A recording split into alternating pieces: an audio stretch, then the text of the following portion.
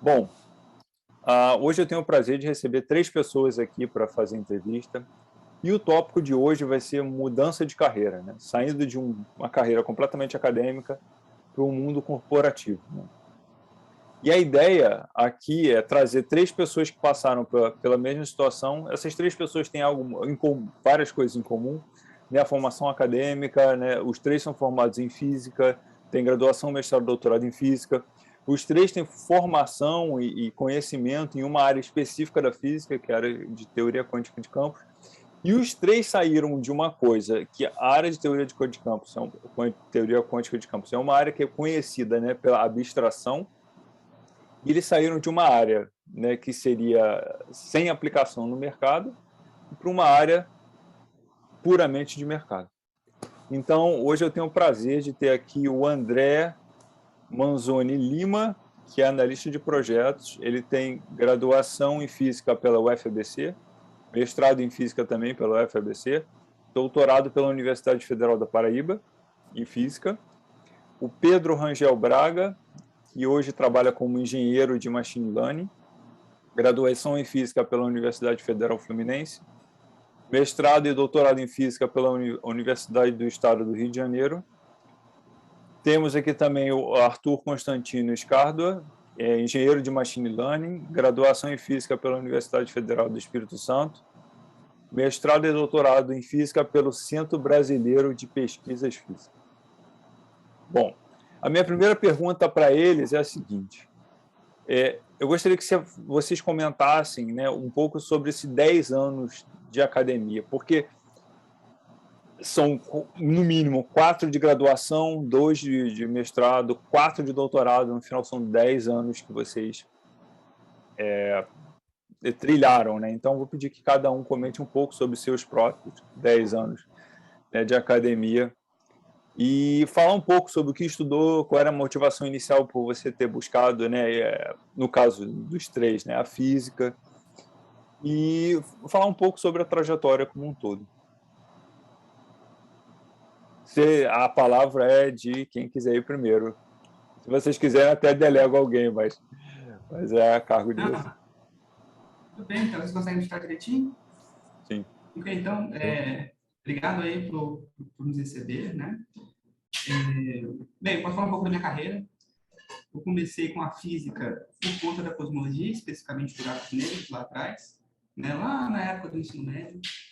Fui seguindo a carreira de físico, voltando nessa área, né? E um dos lugares que tinha uma pesquisa bem interessante de cosmologia quântica, né? Que na época, no lugar que eu estava, né? Que era Vitória do Espírito Santo, era algo que estava em alta, e eu acabei vindo para o Rio, né? E uma coisa interessante da minha carreira, e acabou se mostrando muito interessante depois que eu saí da academia, foi que eu gostava muito da parte teórica, o meu mestrado, doutorado foram bem teóricos, mas também eu participava de eventos de física computacional, né? E apesar de ter pouco impacto no meu mestrado, no meu doutorado, foi crucial, teve um impacto muito grande na carreira depois da física. Não sei como foi de vocês aí, se teve algo interessante, algo que realmente eu sempre gostei, sempre achei fantástico, é a teoria clássica de campos em espaços curtos, né? Que é a relatividade geral. Então, isso me motivou e me motiva a fazer outras coisas até hoje. A minha é cheia de... A minha é totalmente não linear, né? História acadêmica é muito estranha, basicamente. Eu entrei na física querendo, basicamente, segurar uma vaga na universidade, que eu queria fazer engenharia. Aí, lá no quarto período, né, que é quando você tem os créditos suficientes para fazer mudança de curso, eu acabei desistindo dessa ideia, porque do primeiro até o quarto período eu comecei a ficar meio que apaixonado pela física. E aí, a primeira coisa que veio na minha cabeça foi física nuclear. E aí eu fui fazer uma iniciação lá na UF, né, a Universidade Federal Fluminense, que é onde eu me graduei. E aí eu fui fazer uma iniciação, aí achei legal, mas por incrível que pareça, tinha muita programação para calcular propriedades das matrizes, espalhamento e tudo mais. Aí eu falei, não gosto muito de programação, não. Aí eu quero só fazer conta mesmo. Aí, mais para o final, eu encontrei na aula de Eletro 2, né, quando vai transformar os campos eletromagnéticos em tensores e falar sobre transformações de calibre e tudo mais. Aí eu fiquei apaixonado por essa aula. Aí corri atrás do professor e falei, olha, eu quero fazer isso aí que está no quadro. Ele, mas o quê? Eu não, quero trabalhar com isso aí. Eu acho muito legal, eu quero fazer isso aí. Ele, as transformações de calibre e tudo mais. Eu falei, é isso aí. Aí ele, cara, eu não tenho tempo para te orientar, mas a gente pode fazer um trabalho de monografia de fim de curso junto. Aí eu fiz esse trabalho e aí, cara, era realmente aquilo que eu queria fazer dentro da física. Me apaixonei por isso, por teoria de campo, né? Depois eu fui descobrir, né, ingenuamente, que aquilo ali que estava no quadro era teoria de campo, então comecei a fazer teoria de campo, e aí o meu mestrado e o meu doutorado foi todo em cima de teoria de campo, né? Diego foi meu colega colaborador, pô, gente. Tem um artigo colaborador. Junto. E aí a gente fez, trabalhando sempre com defeitos topológicos, quantização de teoria de calibre e tudo mais. E foi meu mestrado e doutorado nesse sentido. E, por incrível que pareça, na graduação eu não gostava muito de programação. E no mestrado e doutorado eu não escrevi um Hello World em nenhuma linguagem imaginável de programação, nem a lápis eu escrevi um Hello World. Então, a entrada na carreira, essa mudança de carreira foi meio não linear mesmo, assim. Legal. Bom, o meu também foi não linear, mas acho que foi até um pouco, não sei se foi o contrário, mas um pouco parecido do Pedro, que foi assim. Eu passei na UFABC, na época era o primeiro ano da universidade, ela não existia antes, né? E eles tinham uma proposta de curso que ela começa com 3 anos ali, mais ou menos, de ciência e tecnologia. Então, você entra sempre para esse curso, você não entra para física, você não entra para engenharia, você não entra para nada disso. E você escolhe depois. E eu falei, poxa, legal, vou fazer. Tinha uma opção muito grande de cursos, então eu nem pensava muito no que eu ia fazer, mas eu tinha uma queda por ciência da computação. Eu gostava, na época, de computador, mas mais a parte de hardware, de qualquer forma. Eu era moleque, gostava de jogar e tal. E eu falei, não, beleza, vou fazer provavelmente ciência da computação ou algo do gênero. Aí eu entrei na universidade. Quando foi no primeiro quadrimestre lá, que era curso quadrimestral, eram 3 quadrimestres no ano, né? Eu fui muito bem nas disciplinas de programação, no primeiro e no segundo quadrimestre. Fui mais ou menos nas de física, só que as de física eu gostei mais, eu achei mais interessante. E eu comecei a falar, putz, muito legal, tem coisa que acho que a gente sai do ensino médio e não tem noção, né? Se você tem um ensino médio bom, talvez você tenha alguma. Se você tem um ensino médio normal, você não tem a menor noção do que é a física, né? E aí eu comecei a ver, assim, putz, um monte de coisa legal que dá para calcular, sei lá, na época, velocidade instantânea.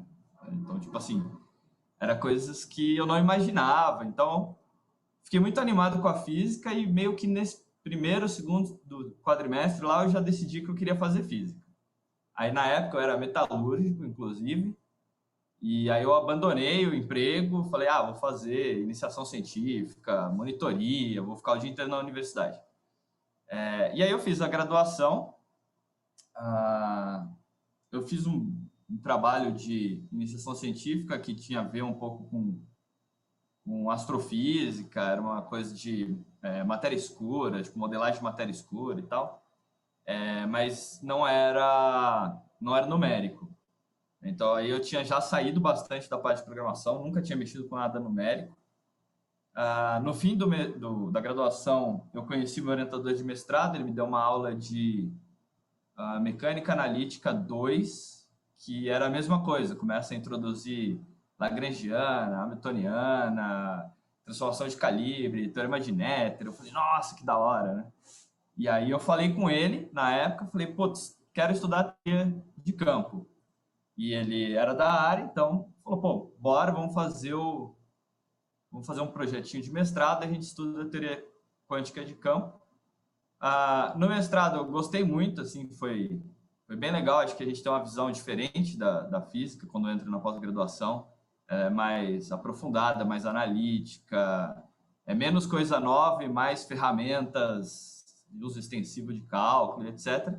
E como foi na área de teoria quântica de campo, também não teve nada numérico, nunca trabalhei com nada numérico, nem programava mais. Depois eu fui fazer o doutorado na UFPB, com o Albrecht Petrov, foi uma indicação do meu orientador de mestrado, que trabalhava com ele, eles eram colaboradores.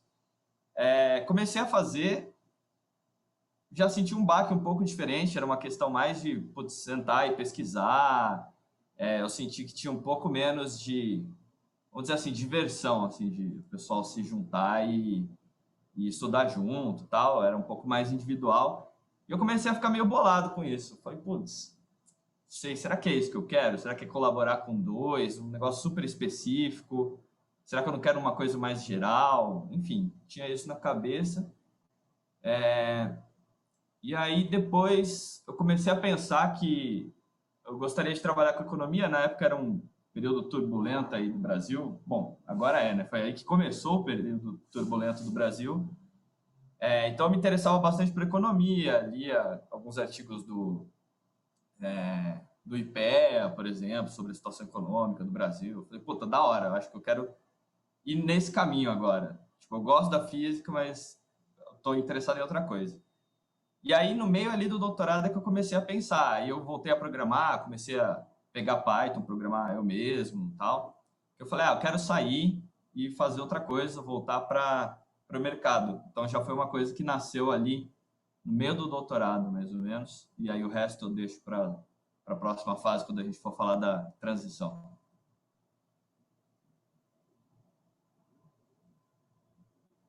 Você sabe que é uma coisa interessante, assim, que eu não mencionei a priori, mas que vocês três, vocês se graduaram, terminaram o doutorado no mesmo ano. Todos os três, pelo menos é o que está no Lattes.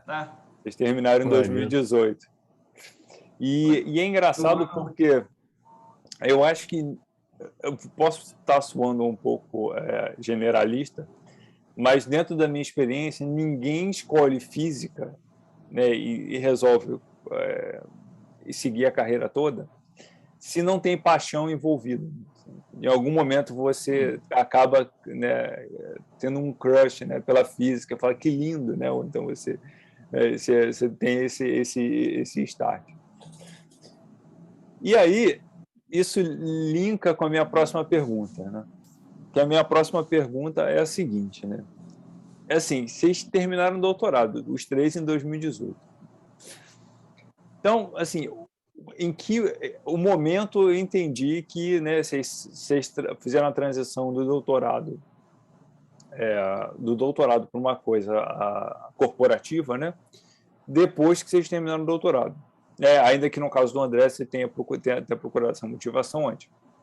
Então é o seguinte, qual foi a motivação para você sair de uma coisa, né, que de fato havia uma paixão, que havia, né, aquela coisa, aquele prazer de fazer, ou no caso você já não se via mais lá, mas enfim, qual foi a motivação de cada um para sair, né, de uma carreira dentro da academia para um ambiente corporativo? E eu queria deixar uma coisa clara aqui, que é o seguinte: eu não quero criar uma dualidade, né, assim, a academia, mundo corporativo, como se fossem coisas separadas, até porque, né, são das pessoas, né, tem gente que eu conheço que fez mestrado, doutorado e nunca deixou de trabalhar no mundo corporativo. Mas a minha ideia aqui é ter vocês três, que era uma carreira, né, estritamente, né, que não abria margem, né, assim, dentro da academia para perseguir uma carreira corporativa. A palavra de vocês. Não sei quanto os meus colegas aqui, mas em grande parte foi do cenário do momento, né? Eu sempre quis continuar na física, quis ser professor de física, seguir pesquisando, né? Mas aí 2018 foi um ano bem icônico, assim, porque começando a sair os investimentos, escorrer para os lados os investimentos de pesquisa, né? Já fazia 1 ano, 2, que eu estava acompanhando e estava cada vez mais difícil dos meus colegas conseguirem pós-docs, um atrás do outro, né? Então, eu pensava que era algo temporário, mas que eu não conseguiria, que não valeria a pena pegar um pós-doc no momento. A minha ideia em 2018 era, olha, não vale a pena pegar pós-doc agora, vou ficar 1 ano fora, a coisa vai melhorar e eu volto. Essa foi a minha ideia lá atrás, em 2018, né? E assim, uma coisa também que fomentou isso, que deu esse sentimento forte, foi, não sei se vocês são do Rio, né? Na época, tinha uma bolsa especial do Estado, chamada FAPERJ, né? E tinha uma especial para alguns doutorandos e eu tinha recebido essa bolsa, né? Só que eu não podia aceitar ela. Era uma bolsa maior, com outros benefícios, eu não pude aceitar ela, porque o Estado do Rio estava com um problema financeiro, né? E não estava pagando direito essa bolsa. Então, isso para mim foi um sinal muito forte de que esse efeito que estava no Rio, né? E pelas falas do governo na época, que isso ia ser algo nacional. Então, no final de 2017, começo de 2018, acho que começou já os problemas das pessoas que estavam sem fronteiras. 2017 mesmo já estava complicado, no final de 2016, começo de 2017 estava complicado as pessoas conseguirem fazer doutorado de sanduíche, conseguir pós-doc fora com bolsas brasileiras, né? E eu vi que isso podia me atingir de alguma forma, se eu aceitasse fazer pós-doc ainda em 2018. E tinha também um quê de, olha, eu tenho todo esse conhecimento de física, seria legal também aplicar na indústria, né? Mas em 2018, eu achava que seria algo temporário. Infelizmente, minhas previsões de financiamento, que o financiamento acabar, elas se mostraram verdadeiras.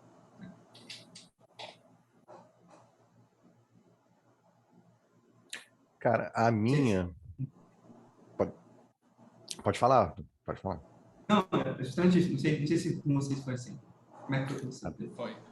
Cara, comigo foi parecido, mas eu não tive essa visão que você teve de, olha, em algum momento vai fechar a torneira legal.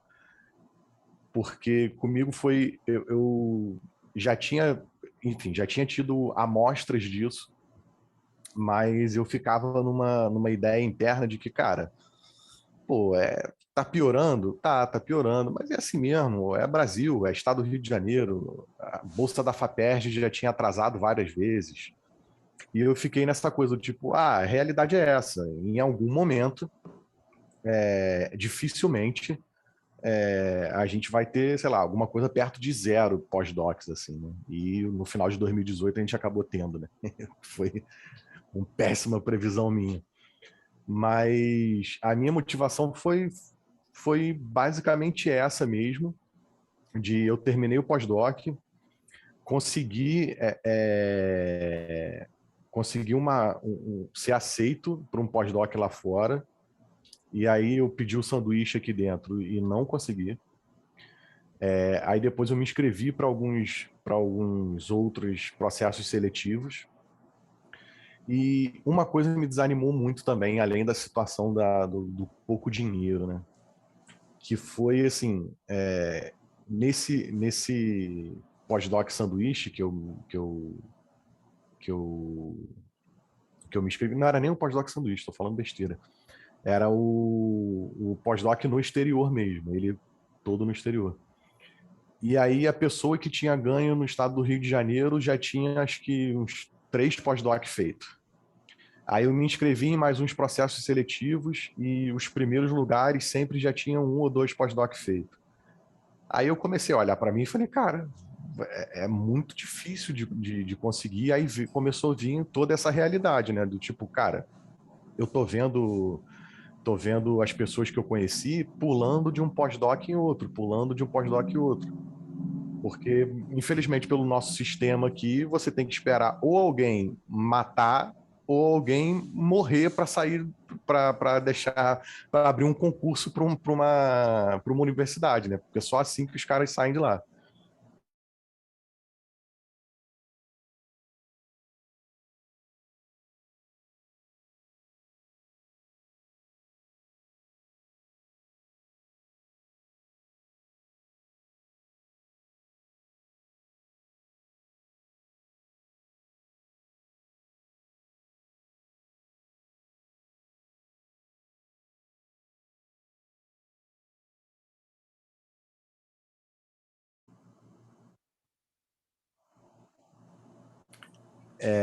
Então, eu cheguei a esse ponto, né, de achar que as coisas não iam se resolver por conta desse cenário.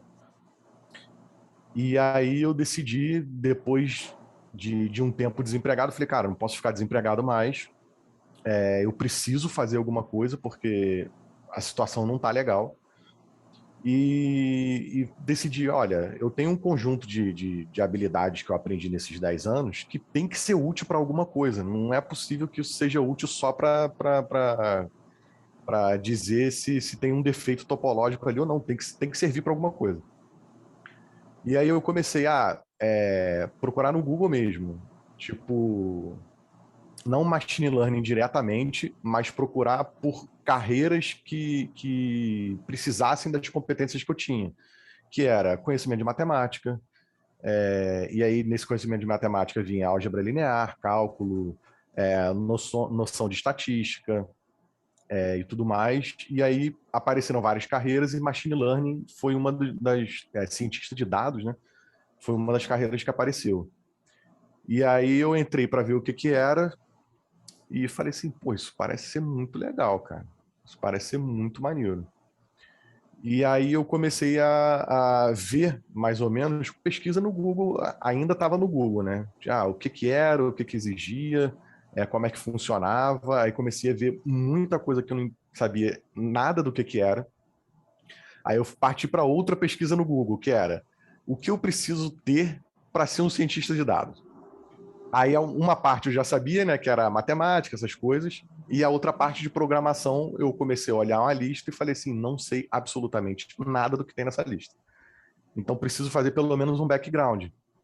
Aí a linguagem de programação era Python, R, aí eu falei, cara, qual das duas? O Python, vou em Python, que nas pesquisas que eu fazia, eu olhava umas 10 pesquisas e olhava assim, o que aparece em mais de uma? Aí Python aparecia em todas. Eu falei, não, tem que aprender Python. Aí aparecia Scikit-learn, aparecia em todas. Eu falei, tem que aprender Scikit-learn. TensorFlow aparece na maioria. Opa, tem que aprender TensorFlow. Aí eu fui procurando uns cursos na Udemy mesmo, para eu poder aprender o básico disso e procurar um estágio. Porque na minha cabeça era assim, beleza, eu sou doutor em física, mas eu não sou doutor em ciência de dados. Em ciência de dados eu sou um mero estagiário, estou começando agora. Aí acabou que em algum momento, não sei se isso vai ser abordado mais para frente, mas se for abordado mais para frente eu repito, ou então não falo nada. Mas em algum momento, um rapaz que tinha feito doutorado lá na UERJ também, ele trabalhava na B2W. Aí ele começou a procurar divulgar a vaga, e aí eu vi a divulgação correr atrás. E aí eu consegui meu primeiro emprego na época. E foi mais ou menos por isso que eu mudei, né? Tipo, toda uma conjuntura. Legal. Acho que o meu foi mais rápido, assim, e foi meio na louca, né? Eu tava terminando doutorado e eu morava com um pessoal, que na verdade eles eram estudantes de graduação em arquitetura, e eles já estavam terminando, né? Porque normalmente a graduação se termina ali em dezembro, enquanto a gente normalmente termina em fevereiro, que é com a defesa, né?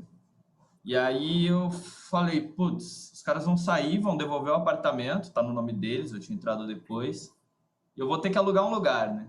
Aí eu falei, não vale a pena, 2 meses, eu não sei o que eu vou fazer da vida. E aí eu falei, vou voltar para São Paulo e pensar no que fazer. Então eu voltei para casa da minha família aqui, na época, voltando naquele assunto, né, de coisas que foram sinal vermelho, assim, de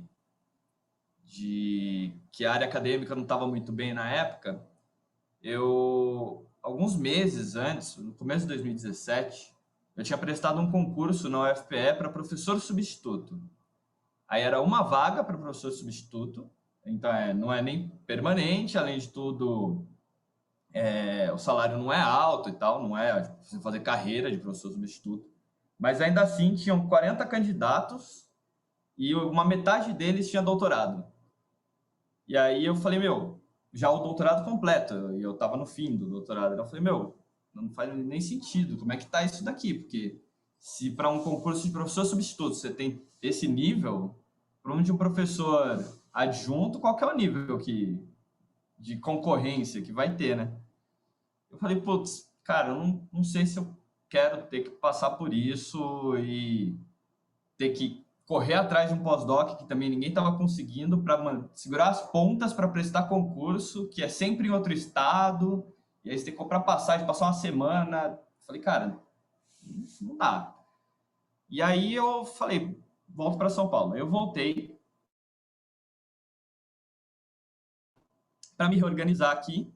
Estava escrevendo a tese ainda, na época. E aí minha família falou assim, pô, por que você não procura emprego? Estou escrevendo a tese, eu não sei o que eu quero fazer. Ah, mas vai procurar, se vira, não vai ficar aqui.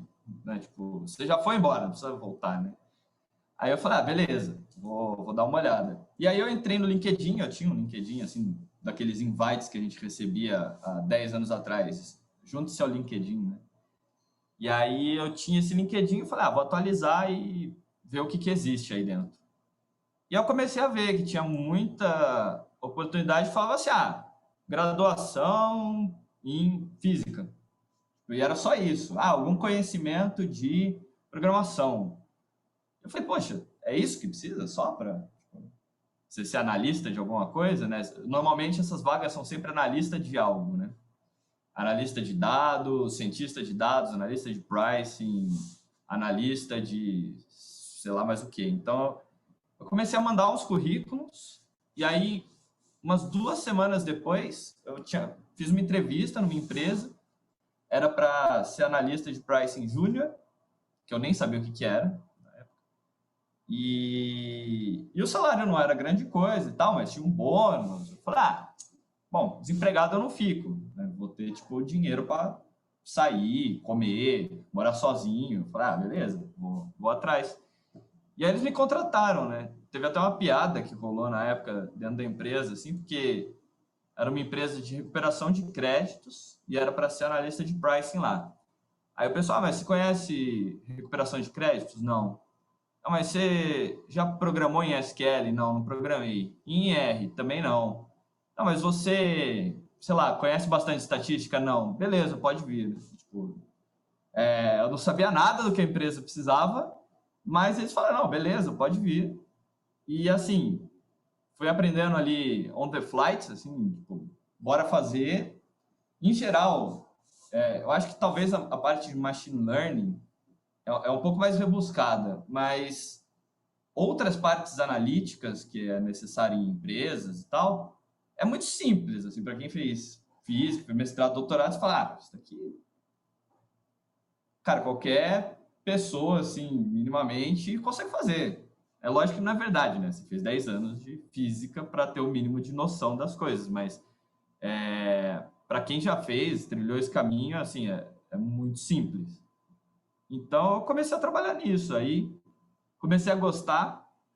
Eu acho que tem um quê de pesquisa muito forte dentro dessas áreas. Então, não foge tanto foge da física, das ferramentas específicas da física, mas não da forma de pensar, né? De resolver um problema, né?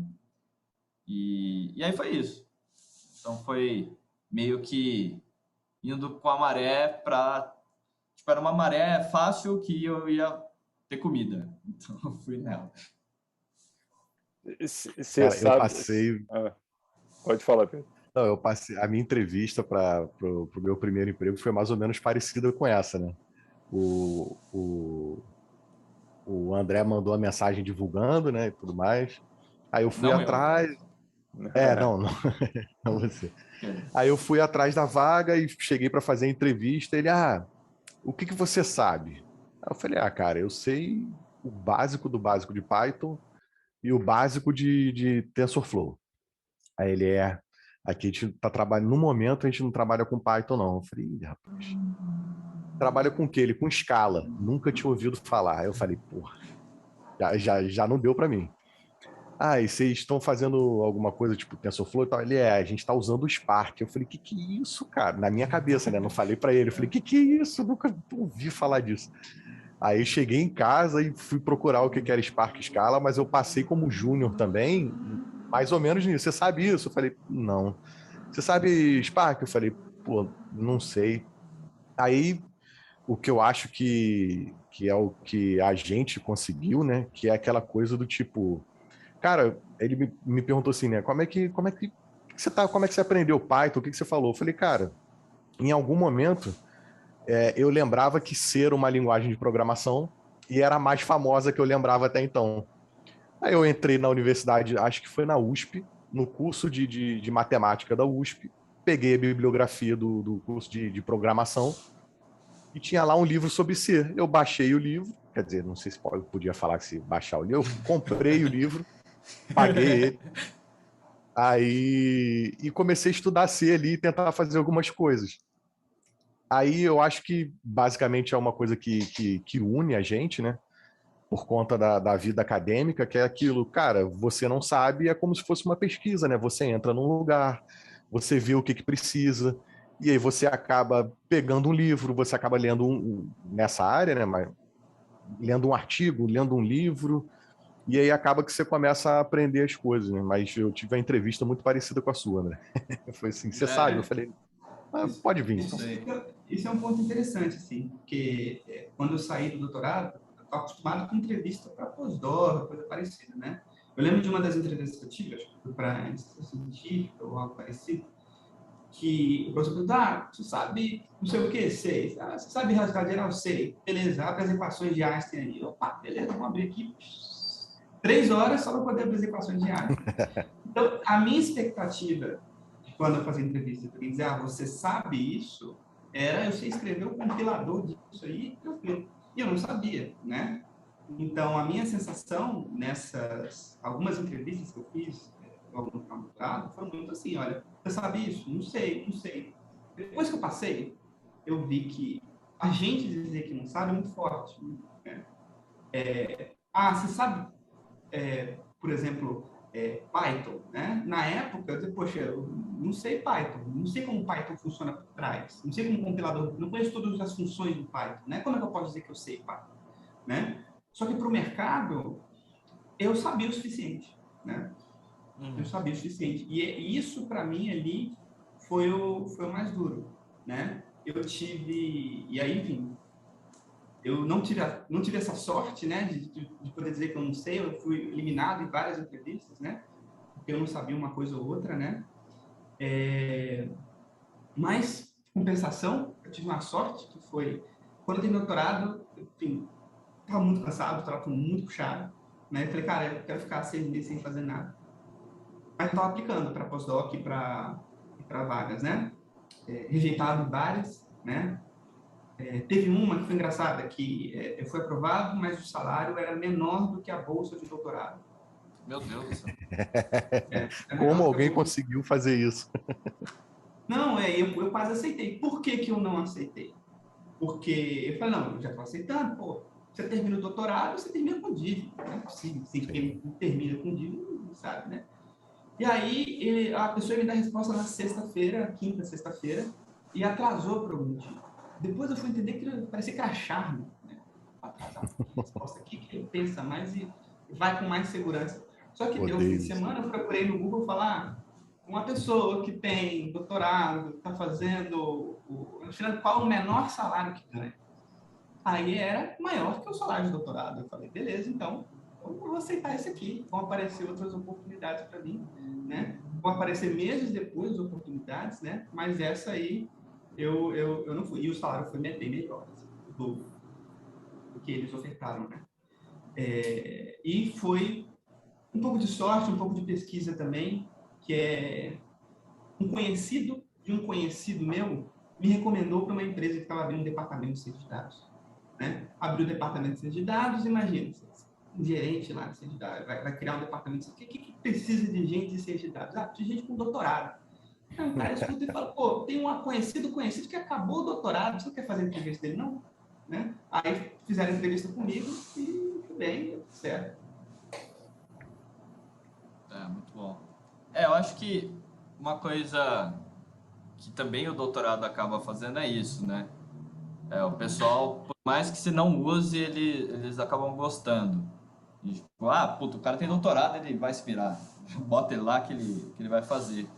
E acho que outra coisa que tem na área corporativa, que a gente não está acostumado na área acadêmica, é a questão do Pareto, né? Que normalmente na área corporativa você faz 20% do esforço ali, que é o mais simples de todos, você já elimina 80% do problema. E depois, quando você vai rebuscar, quando você está em outro nível já do problema, aí sim, você usa ferramentas muito mais sofisticadas. Mas a primeira ferramenta que você usa, normalmente, você faz uma regressão lá e você já resolveu metade do negócio. Então, acho que é uma coisa que na área acadêmica, acho que o que aconteceu aqui também, muita gente antes da gente fez os 20% que dá 80% do resultado, e hoje a gente está no 80% do esforço para os outros 20%, né? Então, eu acho que na área corporativa é legal até isso também. Acho que para quem gosta, eu particularmente gosto de resolver os problemas de forma mais rápida, assim, não me aprofundar durante 2 meses num problema e sim, tipo, 3 dias você resolveu, tá legal. Pelo menos para mim é bem interessante. E os problemas vão mudando muito rápido, né? O que é hoje, amanhã você já ganhou ou não milhões e aí você já passa pro próximo, não tem muito o que ficar parado olhando, né? Então, acho que isso foi legal, assim, que eu gostei da área, da parte corporativa. Não sei como é que é para Pô, vocês. Então, cara, deixa eu comigo... só fazer Sim. um adendo, que é o seguinte, que a vida acadêmica, ela é muito só, né? Assim, é você com você mesmo.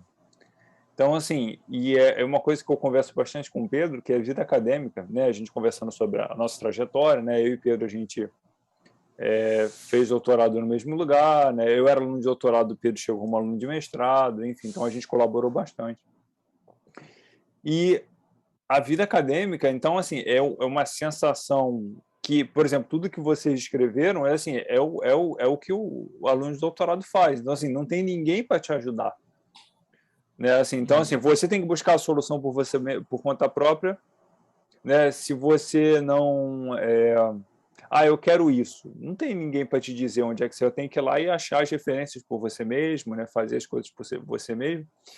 E no final você tem que mostrar uma proficiência gigante sobre coisas que você teve que aprender com você mesmo, né, sobre um problema que você investigou. É tudo muito, muito a sua responsabilidade, né, sobre a carreira.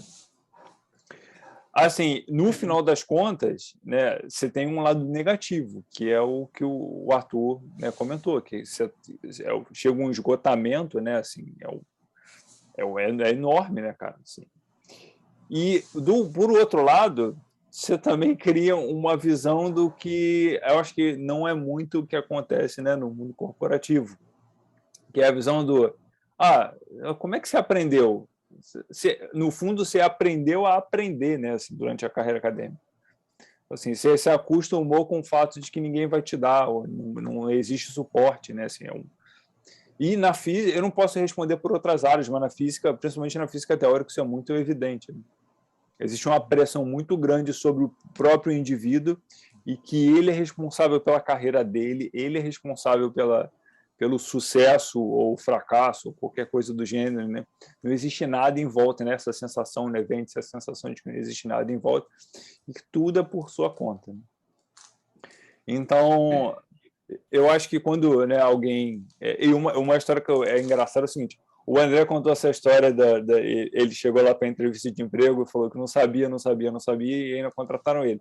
E foi o dia que eu conheci o André, porque na defesa de doutorado dele, eu era pós-doc lá na universidade que ele defendeu o doutorado, e aí eu fui ver a defesa dele, porque, enfim, o orientador dele era meu colaborador, e aí quando eu olhei, contou a história, eu falei, cara... E é engraçado que é inimaginável, que é o que o Arthur falou, na academia, como é que tu consegue alguma coisa dizendo que não sabe, né? E eu falei assim, caralho, que surreal, cara. Isso é uma coisa assim, mind-blowing, né? É bem Assim, diferente. Mas, enfim, né, aí vocês já entraram no meu próximo tópico, era esse, qual era a diferença entre uma carreira acadêmica e uma carreira corporativa. E só mais uma história que eu lembrei, que o André estava falando do concurso do UFPE para substituto, 40 para 1. Nesse mesmo ano, teve um concurso para o Instituto Federal do Rio Grande do Norte. Eram 5.000 inscritos. Que isso, cara? Quer dizer, assim, né, os 5.000 inscritos, como é Instituto Federal, é assim, você precisa só graduação, assim como o professor substituto, né? Não tem requisito. Mas, assim, eram 5.000 inscritos, acho que para 4 vagas. Então, isso foi, acho que, se eu não me engano, pra também Instituto foi Federal. Para Instituto Federal. Isso foi uma realidade em 2018, se não me engano. Entendeu? Foi o ano também que eu resolvi sair do Brasil e procurei emprego fora do Brasil, e realmente em 2019 eu saí do Brasil. Essa foi um ano bem crítico. Nesse negócio de instituto, pode falar. Interessante da solidão, né, na academia. Eu não tive um doutorado e mestrado solitários. Tive muita gente, muito da minha tese foi graças aos meus colegas, nas discussões, a gente aprendeu junto, a gente bateu boca, né, sobre isso. Mas uma coisa foi, eu tinha que fazer tudo. Desde aprender, igual você falou, né, achar os livros, ter as ideias para o projeto, né, preparar toda a minha documentação para uma viagem, fazer, né, chegou um momento que eu tinha que fazer licitação para ar-condicionado da sala, né? Então eu tive que ir nas empresas, fazer tudo, organização da sala, limpeza da sala, tudo. A gente faz tudo, não só do doutorado, para a questão de aprender, preparar documentação, impressão, coordenação, tudo, como também no ambiente que a gente estava, que era passagem, era material que precisava, né? E quando eu fui para uma empresa, não, é exatamente o contrário. Um mouse quebrou. Aí vinha uma outra pessoa que era responsável disso e ela trocava o mouse, né? Essa mesa está com iluminação ruim, né? Aí tinha uma pessoa responsável para ir lá e fazer a iluminação.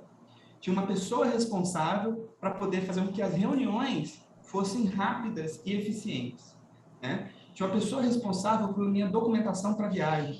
Tinha uma pessoa responsável, enfim, que é o certo, né? Quando a gente está no doutorado, contratado para doutorado, nosso objetivo é fazer a tese, estudar, criar coisas novas, né? E a gente acaba adquirindo outras responsabilidades, porque nesse meio público, pelo menos nos anos passados, não tinha as outras coisas que supriam essas necessidades, né? Isso foi uma coisa muito positiva. Bom, cara, e assim, você acaba ficando exausto, você fica cansado, porque tudo depende única e exclusivamente de você. E, assim, não sei se o Diego chegou a presenciar, mas eu já presenciei um orientador uma vez falando: pô, fulano não está estudando tanto e tal. Aí uma outra pessoa perguntou: pô, mas é um problema, né? Porque tem que apresentar a tese e tal, não sei o que lá. Aí ele, problema dele, eu já estou empregado, ele tem que correr atrás do dele. Então, assim, a gente que tem que fazer, a gente aprende meio que na porrada, né, a fazer as coisas. Porque pelo menos eu, quando entrei pro mestrado ou doutorado, até porque mestrado nem tanto, né, mas o doutorado em si, eu ainda era muito ingênuo nessas coisas, né? Então, o meu doutorado foi basicamente uma porrada atrás da outra, de um choque de realidade atrás do outro. E isso, assim, se não... Obviamente, a gente, por escolher física, provavelmente a gente já tem um outro parafuso a menos. Mas se isso não arranca todo o resto dos parafusos da sua cabeça, você acaba criando uma casca e um instinto de fazer as coisas que ajuda muito, cara. Ajuda muito. Eu acho que isso também pode ser um olhar que o mercado está começando a ter, né? Acredito que daqui a um tempo vai ter mais sobre o estudante de doutorado, né? Ele vai olhar para aquele cara e vai falar assim: olha, aquele cara ele pode não saber, mas ele tem muita capacidade de correr atrás e aprender num espaço muito curto de tempo. Porque pode parecer 4 anos um tempo enorme, mas pelo menos na física, né? Pelo menos na física e na nossa área, eu sei que 4 anos, se você pisca o dedo, você olha para trás e fala assim, ih, nossa, nem terminei aquela integral ainda. Então, a gente acaba criando uma casca muito grande. E uma das coisas que eu acho que me pegou diferente entre o mercado e a área acadêmica foi que, bom, se eu quiser passar para um doutorado e ficar 4 anos de férias, eu posso. Se eu quiser aceitar um emprego e ficar 10 minutos de férias, eu não consigo. Então, foi uma coisa que me chamou a atenção nessa diferença, né?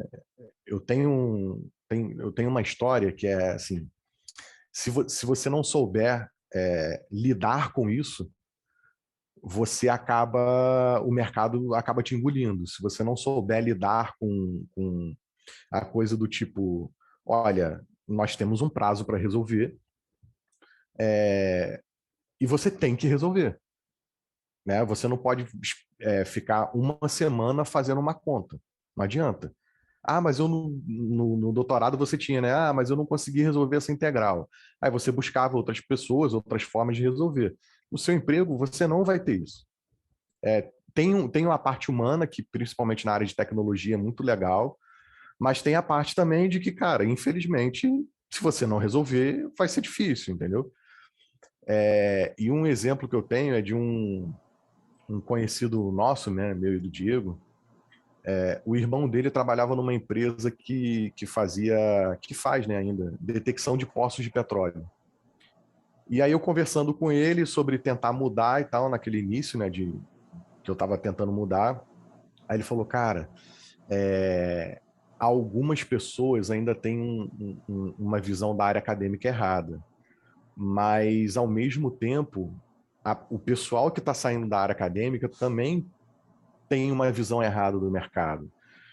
Que aí ele contou essa história, que eles estavam olhando uma função de onda dentro da empresa, né, que era fazer detecção por ondas sonoras, né? Então, dada a reflexão, eles faziam umas contas lá e viam, olha, essa rocha aqui é provável que tem petróleo porque tem tantos anos, está em tal profundidade, tudo mais. Aí o pessoal discutindo na reunião, e aí o rapaz que tinha feito física, né, em um determinado momento ele olhou para o quadro da reunião e falou assim, então, se a gente tentasse trabalhar melhor essa função de onda? Aí todo mundo olhou para ele assim, a gente podia tentar modificar aqui, modificar ali, tentar ver o que acontece. Aí todo mundo olhou para ele assim meio estranho, porque assim, cara, você não tem tempo de reinventar a roda, né? Pelo menos nos lugares onde eu conheço, das pessoas. Você não tem tempo de pegar essa função de onda e falar assim, nossa, vamos quantizar para ver o que acontece. Não tem tempo. Então, isso é uma coisa, é uma liberdade, é meio que uma liberdade que a gente poderia ter no mundo acadêmico, né? De pegar um sistema e deixa eu ver o que acontece se eu quantizar isso aqui. E é uma liberdade que a gente não tem tanto no mercado de trabalho. Para mim, essa foi a principal diferença, né? Que era ter a velocidade de resolver os problemas, na minha cabeça, é muito maior, mas se você não tiver a cabeça para lidar com isso, vai ser difícil a adaptação. Né? Isso. Mas tem uma coisa aí também, que é, por exemplo, a questão do tempo. Mais uma vez, você está numa empresa, então a empresa quer ser eficiente, então para isso ela contrata uma pessoa que vai justamente lidar com tempos e expectativas, né? Normalmente um gerente, é uma pessoa que vai olhar, ok, essa pessoa acabou de vir da academia para cá, né? Ela tem noção de tempo, mas a escala de tempo dela são anos, né? Uma teste de doutorado, né? Um artigo, né? Então, para ter esse manejo de tempo, o gerente tem que ter experiência, e normalmente ele tem, para saber o que é dizer, olha, você tem essa função de onda, é muito legal, mas a gente precisa de um resultado, né? Não dá para fazer agora, não dá para fazer pesquisa. Vai ter um momento em que você vai ter a liberdade, né? Algumas empresas, né? Você tem, sei lá, um dia na semana, alguma coisa, para poder ter a criação, né? E aí, quanto mais você ganha experiência na empresa, você vai saber o seu próprio tempo, que é quanto tempo eu preciso para fazer essa tarefa, né? Normalmente, ou pelo menos num lugar saudável, né? E quando não tem situações extremas, você fala para a pessoa, olha, eu estou confortável em fazer essa tarefa em 3 semanas, né? Ah, mas eu preciso para 2. Você fala, olha, eu vou tentar fazer em 2, mas o meu tempo são 3 semanas. Normalmente isso é tranquilo, né? O realmente difícil eu não posso ficar abrir as contas do programa que eu estou para poder fazer isso. Normalmente, principalmente quando você está começando, você tem um tempo a mais para poder estudar, aprender, né? Fazer coisas diferentes. Quanto mais experiência você vai tendo, mais é exigido para você focar e trabalhar numa coisa só. E aí você brinca no fim de semana para aprender alguma coisa. Isso foi uma realidade que me chamou muita atenção positivamente, né? Que assim, pô, muitas das vezes você vai falar, pô, eu consigo te entregar isso em uma semana, e a pessoa pede, ah, não, pô, me entrega um pouco menos. E normalmente as pessoas sabem que você vai demorar aquele tempo, e normalmente as pessoas tentam manejar tudo isso para todo mundo andar junto, né? Foi uma coisa que me chamou a atenção positivamente. E talvez esse choque foi muito grande para mim, porque quando eu comecei a trabalhar, eu entrei num time que, na verdade, era uma dupla. Então, tinha um cara que era o sênior, que era o líder, o team leader, né? E tinha eu, que era recém-chegado, que era o júnior. Então, era assim, éramos nós dois para resolver os problemas que a gente tinha que resolver ali. E para mim, isso foi mais explícito, porque, tipo, ó, o sprint é de uma semana. Ah, mas eu sou júnior. Tudo bem, então você vai pegar uma tarefa que demande, que seja menos difícil. Eu vou pegar a mais difícil, mas você vai ter que fazer isso dentro desse sprint. Eu vou te ajudar a fazer isso dentro desse sprint. Isso me chamou muita atenção, né? Que é, cara, precisa de uma semana, você não consegue entregar em uma semana, então eu vou te ajudar a fazer em uma semana. E aí isso ficou muito, muito explícito para mim, porque o time éramos 2 pessoas e o que não faltava era tarefa, né? Então, cara, tinha que fazer. E aí a gente se virava nos 30 para fazer ali. Eu acho que um outro ponto aqui, em relação à pesquisa, né? Dependendo do tamanho da empresa, do que ela faz e em qual time você está inserido, também vai ser diferente. Então, por exemplo, eu acho que para uma empresa grande, que tem uma área de desenvolvimento, puta, aí muitas vezes você tem muito mais liberdade. Uma empresa menor, você está na linha de frente, não, você, tipo, tem que fazer para amanhã e acabou, né? Eu vou dar um exemplo, a empresa que eu trabalhei antes da que eu estou trabalhando agora, muitas vezes era de um dia para o outro que tinha que ter um resultado, assim, você tinha que fazer a conta e acabou. Tinha uma área específica nessa empresa, que era a área de analytics, que fazia modelos estatísticos, aí demoravam 2 semanas, porque como é que eu posso dizer? É o refino do que a gente fazia, do que a gente analisava. E tinha a área que eu estava, que era a análise inicial das coisas, que, enfim, a gente até dava insumos para o pessoal de analytics depois fazer. Eu criava uma nova variável, puxava dados de algum banco específico de produção, etc., e dava esse insumo. Mas a primeira análise, muitas vezes, era muito rápida. Então, depois, quando eu trabalhei numa parte que era compra de alguns ativos financeiros, a empresa que está vendendo o ativo financeiro lá, ela te dá um cronograma. Você tem que fazer, às vezes está fazendo 10 ao mesmo tempo, com um cronograma de uma semana, você tem que fazer na hora. Não tem como você fazer depois. Então, acho que depende da área muito. E isso é interessante. Cada um vai entender. Também entrando no... Quem quiser, né? Quem for seguir para a área corporativa, entrando, cada um vai entender o que gosta mais. Se gosta mais de pesquisa e desenvolvimento, pensamento mais rebuscado, trabalhar mais determinado problema, ou se gosta de, puta, veio o problema, bateu no peito, chutou pro gol, acertou, errou, um você vai acertar, outro você vai errar, e tá tudo certo. E nesse de acertar e errar, aí, então eu vou falar de um outro negócio que me assustou, assim, na hora que eu entrei, que foi muitas vezes, tipo, eu trabalhava num fundo de investimento, então acertar ou errar são alguns milhões de reais. Assim, aí você começa a ficar tenso no começo, né? Que você fala, meu Deus do céu, se eu fizer errado, perde 2 milhões hoje. Né? Então, que é uma coisa que depois você se acostuma, porque aí você vê 2 milhões toda semana é 2 milhões, você fala, ah, só 2 milhões. Aí seu parâmetro de dinheiro muda completamente, né? Se não for meio bilhão, tá tudo certo, né? Uma coisa interessante. Não sei como é que foi para vocês, se vocês trabalham diretamente com o dinheiro, influenciando muito no resultado, e como vocês lidam com isso. Cara, comigo eu trabalhei diretamente com. Não, não diretamente, mas assim, trabalhei no e-commerce. Eu já falei o nome, né? Então, eu trabalhei na B2W. Então, assim, lá a gente via painel, tem umas televisões gigantes na época que tinha o escritório, né? Com a venda, o número de venda, como é que tá e tudo mais.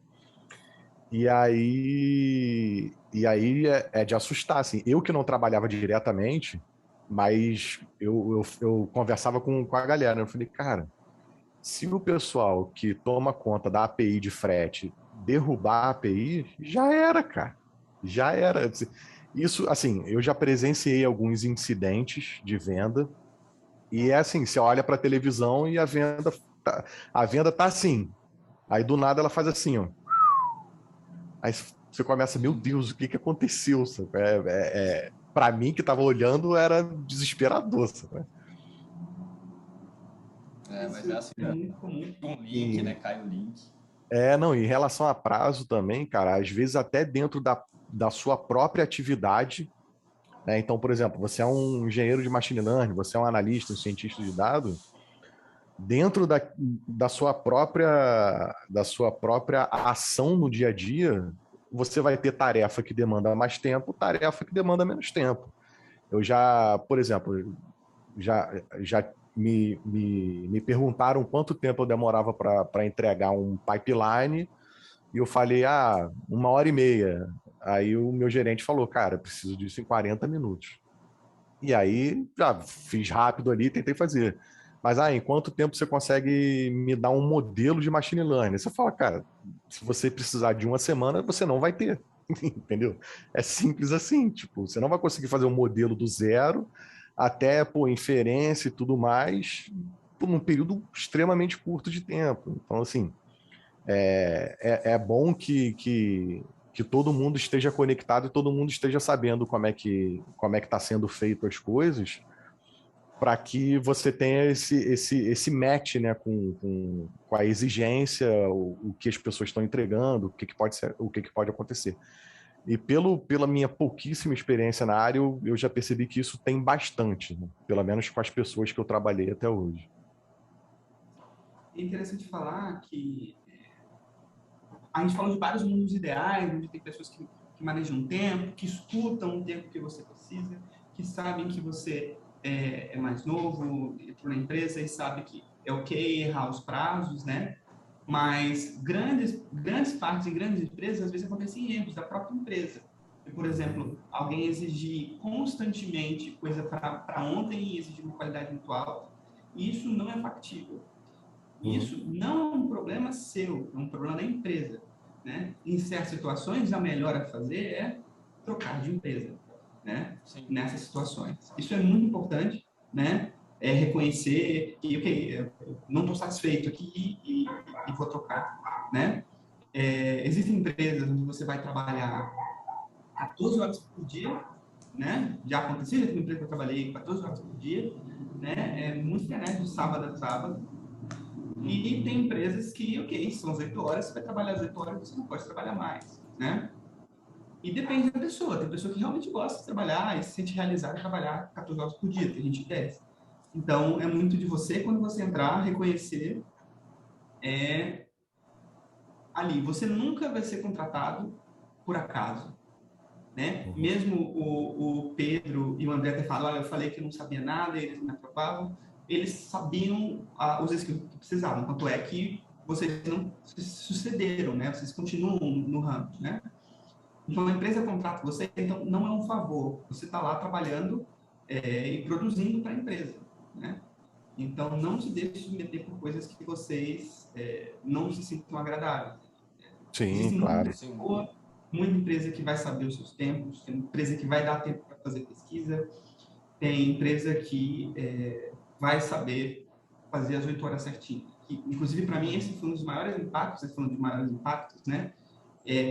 Porque no doutorado era de domingo a domingo, né? Aí na empresa são as 8 horas, trabalhar mais de 8 horas, a empresa tem que te pagar mais, né? Ela não quer que você faça tudo dentro das 8 horas. E outra coisa também que, para mim, foi muito impactante, não sei quanto vocês, você não pode perguntar para o seu colega da outra empresa como ele resolveu o problema. Você não pode chegar e falar, olha, esse problema é muito difícil, que as empresas aqui estão vendo, a gente solucionou dessa forma, né? Porque isso, muitas das vezes, é segredo da empresa. Você não pode ficar espalhando, né? Exato. Porque é muito complicado. Frente da academia, eu estava no CDPF, eu ia lá na PUC, e perguntava, pô, cara, essa equação aqui eu tô há 3 semanas nela, não sei o que fazer, como é que você resolveu? Aí os dois vão no quadro e resolvem, né? Se eu fizer isso e falar de coisas da minha empresa, eu posso ser demitido, cara. Sim. Eu não sei quanto vocês, mas o que eu costumo fazer com algum colega de uma outra empresa cara, eu tenho um problema com várias variáveis tal, que eu tenho que otimizar de tal forma. Tipo, você não fala nada do que é o produto, do que é o problema, do que é nada. E aí, tipo, o cara tem uma expertise melhor, ele não vai colocar o que ele fez na empresa, né? Enfim. No meu caso um cara de analytics, que é amigo meu, trabalha em outra empresa, puta, ele tem ferramentas estatísticas muito melhores do que as minhas. Pô, como é que você resolveria um problema desse jeito? Ah, mais ou menos por aqui. Puta, obrigado. Então, assim, tipo, você não fala da empresa, não fala dos dados, não entrega o ouro, mas você pode ter uma discussão acadêmica, vamos dizer assim, né? De como que você resolve, que programa você usa, se você deve fazer, sei lá, um machine learning ou uma regressão linear, o que ele acha que é melhor. Esse tipo de coisa dá para sair. Não dá para você abrir números e abrir estratégias da empresa, né? Cara, Realmente fora. sabe uma coisa que é interessante? Desculpa, Pedro, peraí. Rapidinho. Não, vai lá. Que é interessante, que é uma coisa que eu sempre pensei, que é a seguinte, que é muito louco. Você pensa, na academia, estamos aqui nós 4.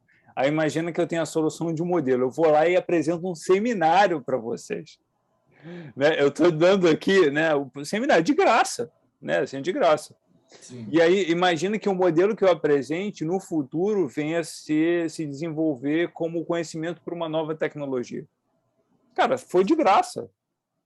Entende? Não, você gera conhecimento de graça, você dá conhecimento de graça, né? Assim, Não, desculpa, termina aí. Não, mas é isso mesmo, é isso que o Arthur está falando, né? Que assim, existe essa, né? Inclusive ele falou, eu posso ser demitido. Você pode ser demitido e processado, né? Porque em casos mais extremos, até como espionagem, né? Que eles chamam de espionagem industrial ou espionagem. Né? Inclusive, quando você entra, essa é uma coisa que eu não sabia, você entra, normalmente você assina um e-mail falando que você não vai falar das coisas da empresa, né? Isso. E em situações, por exemplo, você trabalha na consultoria, você está dentro de uma empresa, né? Você assina um contrato de consultoria, aí você vai trabalhar, você está na consultoria. A consultoria, ela atende outras empresas. Uma empresa resolveu o problema A. Você vai para outra empresa, tem o mesmo problema. Você não pode usar a solução. Mesmo você conhecendo, até mesmo você que criou e implementou na empresa. Você não pode levar, se for um conhecimento da empresa, você não pode levar esse conhecimento para o outro. Né? Cara, eu posso dar um exemplo assim, bem... Pô, mas só para dar um parâmetro para o pessoal que vai assistir a gente, né? Quando a gente fala em termos de conhecimento, é sempre mais em regras de negócio do que no seu, sei lá, num for que você aplicou no seu código Python, entendeu? Tipo, regras de negócio, obviamente, é zero, entendeu? Zero. Mas coisas mais técnicas em relação ao código que você escreve, ao modelo que você vai usar, aos parâmetros que você tem que colocar, os hiperparâmetros que você tem que ajustar para aquele modelo, Isso aí, se você colocar no Google, tem o Stack Overflow, que vai salvar a vida de muita gente no futuro, se eles forem para a área de tecnologia. E, assim, tudo que você imaginar, isso que me chamou muita atenção na comunidade de tecnologia também. Tudo que você imaginar que não envolva uma possível regra de negócio, as pessoas compartilham. Tudo. Cara, é uma coisa de tipo ferramenta open source, projetos no GitHub, as pessoas se ajudam muito a resolver os problemas uma das outras, né? Isso é muito legal também. Depende também. Por exemplo, tem tecnologia-chave que mesmo se todo Sim, mundo conhecer, a implementação é segredo. Posso usar a Uber, né? A Uber, ela tem algumas plataformas que são públicas, ela tem uma de mapa público que é fantástico, né? Aberta, mas a a parte de Netflix tem também. implementação de features da Uber é fechada, né? E algo comum, plataformas de experimentação em geral, elas, apesar de todo mundo saber como implementar, quais são os blocos, né? A implementação é muito difícil, né? Então, coisas de código, poxa, peça-chave, normalmente são fechadas, né? E Normalmente acontece também, que por esses exemplo, casos. Cara, você acabou conversando com um colega, ele falou de uma solução e tal, né? Muitas vezes você não pode implementar na sua empresa, você tem que esperar ficar público na empresa dele para você usar, né? cara, E essas coisas de ficar público às vezes demoram anos, né? eu conheci um cara... Pode falar, fala ainda. O que eu ia falar é que também assim, depende muito de de qual empresa cada um tá, né? Então, por exemplo, vamos dizer que eu trabalho no Bradesco, outro no Itaú, puta, aí, cara, não vou trocar muita informação com ele, porque é o mesmo nicho. Mas, putz, um trabalha furando poço de petróleo e eu trabalho no Itaú. Bom, beleza, talvez uma técnica de cálculo a gente possa conversar, não tem problema nenhum, né? Então, acho que também depende, você tem que ter mais cuidado com mais do mesmo ramo forem as duas empresas, né? Para realmente não abrir nada. Agora, com relação a diferentes, tem um pouco mais de liberdade, até porque você só vai conseguir falar da ferramenta, né? São ramos diferentes, você não vai falar em outra coisa. Eu quis dizer no sentido de, por exemplo, a tecnologia em si foi mais ou menos o que o Arthur falou, né? A tecnologia em si, provavelmente todo mundo conhece, né? Então, tipo, como o Netflix fez algumas revoluções aí em TI, coisa de microserviço e tal. Então, assim, microserviço todo mundo conhece. Agora, como implementar o microserviço para um determinado plano de negócio, aí é coisa da empresa mesmo, né? Os caras não vão falar para você como é que... o Netflix não vai falar para a Amazon, olha, a gente fez aqui e deu muito certo, nosso front é muito melhor que o seu. Faz desse jeito. O pessoal da Amazon sabe como fazer um front. Sabe, inclusive, copiar o front da Netflix, né? Mas provavelmente ali dentro da implementação tem regras de negócio que são opções de mercado da Netflix que ela não vai divulgar para ninguém. Aí realmente, quando chega nessa área, é sensível. Cara, eu acho que a questão é assim, as ferramentas todo mundo conhece, né? Mas a diferença, o produto final é a maneira como você junta as ferramentas e aí você tem um produto final. E esse é o segredo, né? Então, e é engraçado que essa é a questão, porque na academia não é segredo para ninguém. Assim, o cara que ganhou o prêmio Nobel, ele tem um artigo, e isso é uma coisa muito interessante, mas talvez não do ponto de vista positivo, é que, por exemplo, na academia você produz conhecimento, você escreve um paper, manda o paper para a revista revista avalia o teu paper, aí o seguinte, o seu paper é aceito, aí você assina uma declaração perdendo direitos autorais sobre o seu próprio paper, a revista vai e faz dinheiro em cima de um conhecimento que foi criado por você. Aí você fala assim, bom, beleza, então a revista pagou alguém para avaliar o teu paper. Não, são pessoas também. O referee é alguém que foi convidado pela revista para trabalhar de graça para a revista, para poder... Então, assim, isso, ao meu ver, não faz sentido nenhum, né? Assim, eu investi meu tempo, né, você pode falar, mas alguém está pagando. Por exemplo, eu posso trabalhar de graça, né? Todo mundo pode, né? Assim, eu tenho doutorado, não tenho emprego, eu posso. E é até engraçado, né? Você não tem doutorado, você não tem emprego, mas você quer pós-doc, você tem que aumentar o número de publicação. Então, assim, você não tem investimento, mas ao mesmo tempo você está trabalhando para alguém que vai fazer dinheiro com o que você, né, que você está produzindo. E essa era uma... Fala.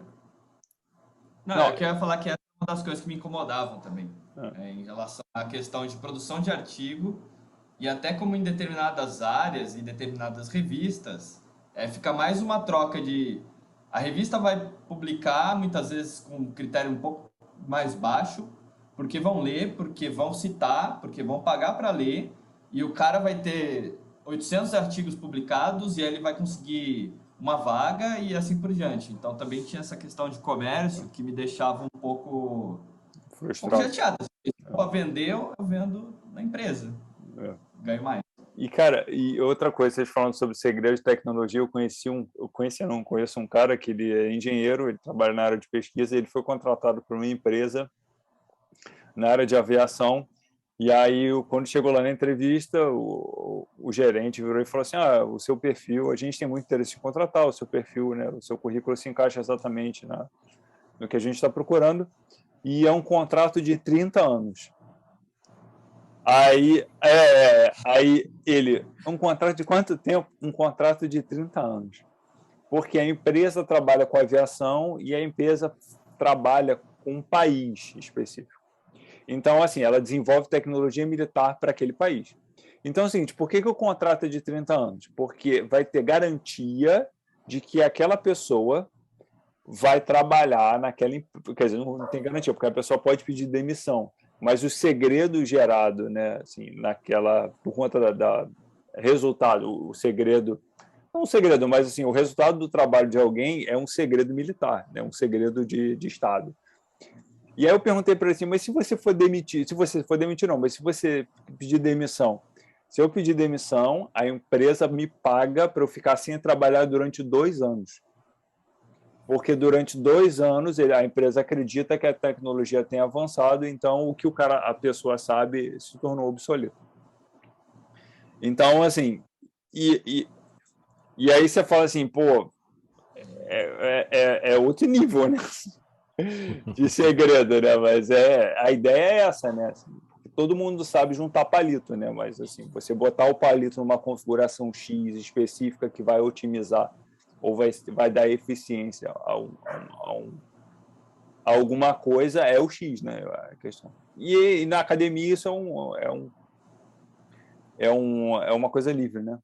E é engraçado que o Pedro estava falando assim, lance de open source, que eu comecei a estudar, eu já estudo um tempo sobre Python, né, machine learning, diferentes coisas. E é engraçado que a gente está acostumado na física, você pegar um livro e no livro está escrito assim, como pode ser facilmente, por uma questão de algebrismo, o resultado é esse, né? Como se fosse fácil. Né? Então, assim, que tu se acostuma com isso, né? Dessa falta de acesso, né, a essa...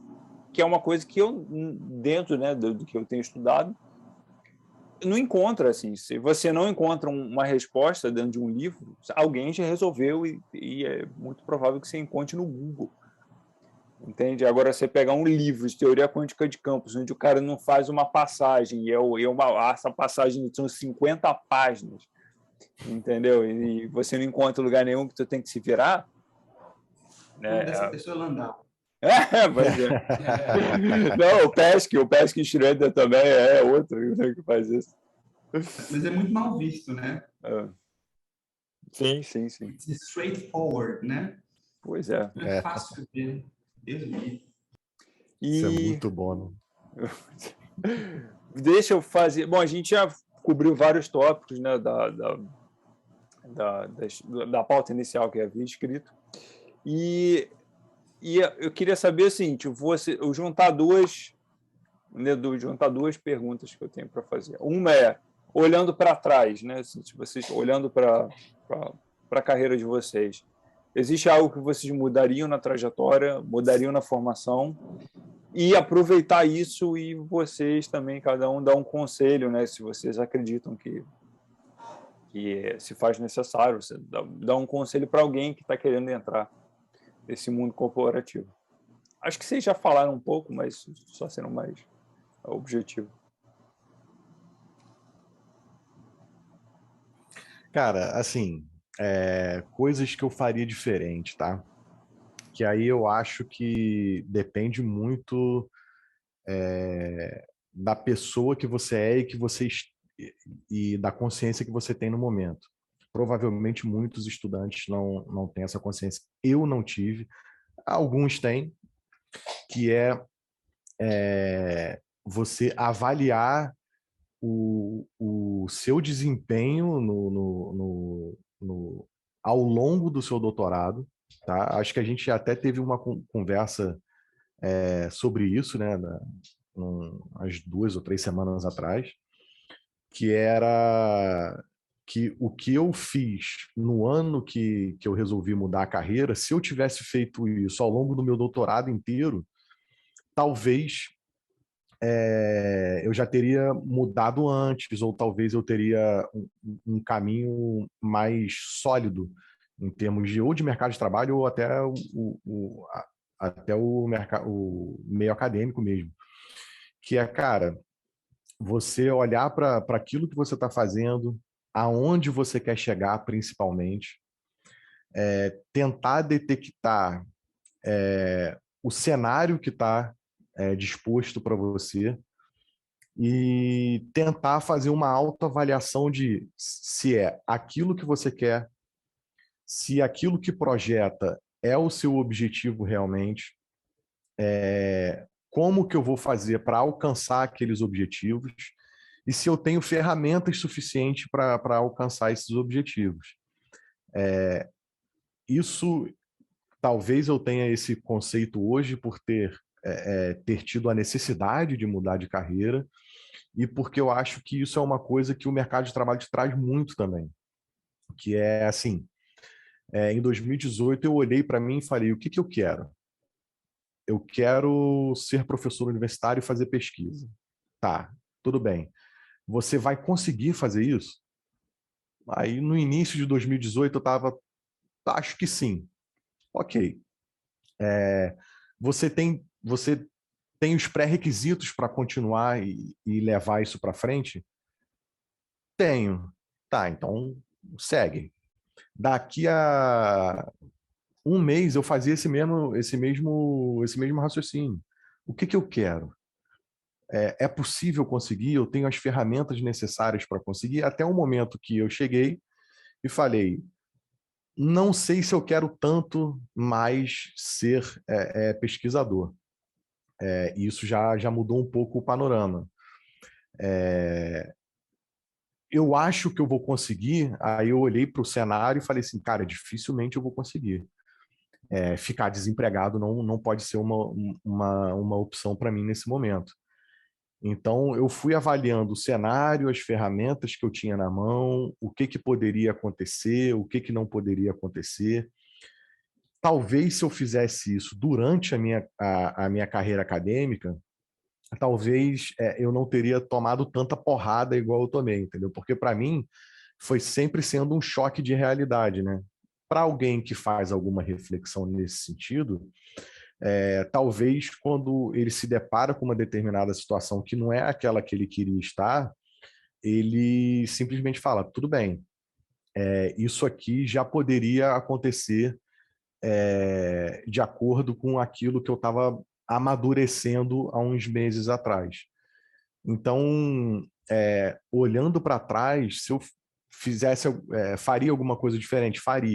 Faria esse tipo de meio que autoavaliação, sabe? Olhar para aquilo que realmente eu quero. Pô, cara, eu quero publicar mais artigo. Ah, tudo bem, mas para publicar mais artigo, você está lendo artigo suficiente? É até uma coisa de uma honestidade sua, né? Você sendo honesto com você mesmo, né? Você está lendo artigo suficiente? Você está fazendo as contas que você tem que fazer? Tô lendo bastante artigo, tô fazendo as contas. o que você precisa para ter mais ideias? Você precisa ler mais artigos e conhecer novas perspectivas, e assim você vai ter ideias diferentes.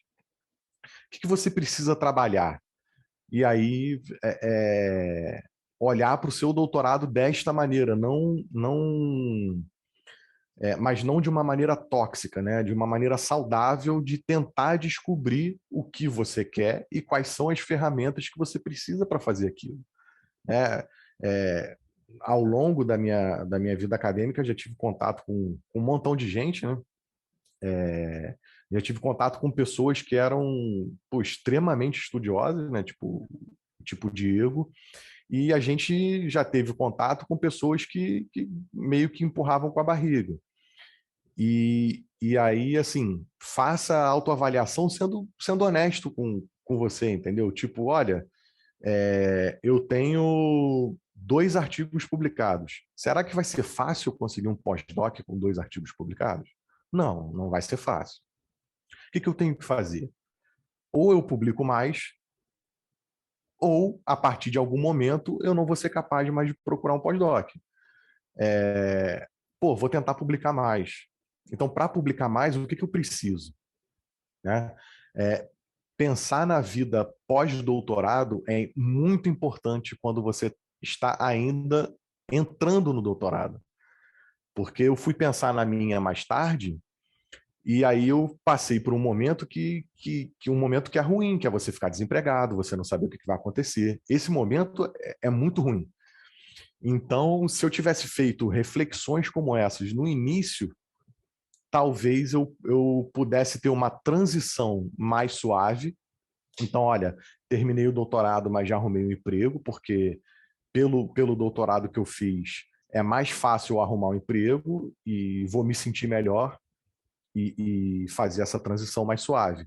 Porque, cara, uma das coisas que acho que a gente comentou aqui, mas não especificou, é assim, você vai terminar o doutorado e você arrumou um pós-doc.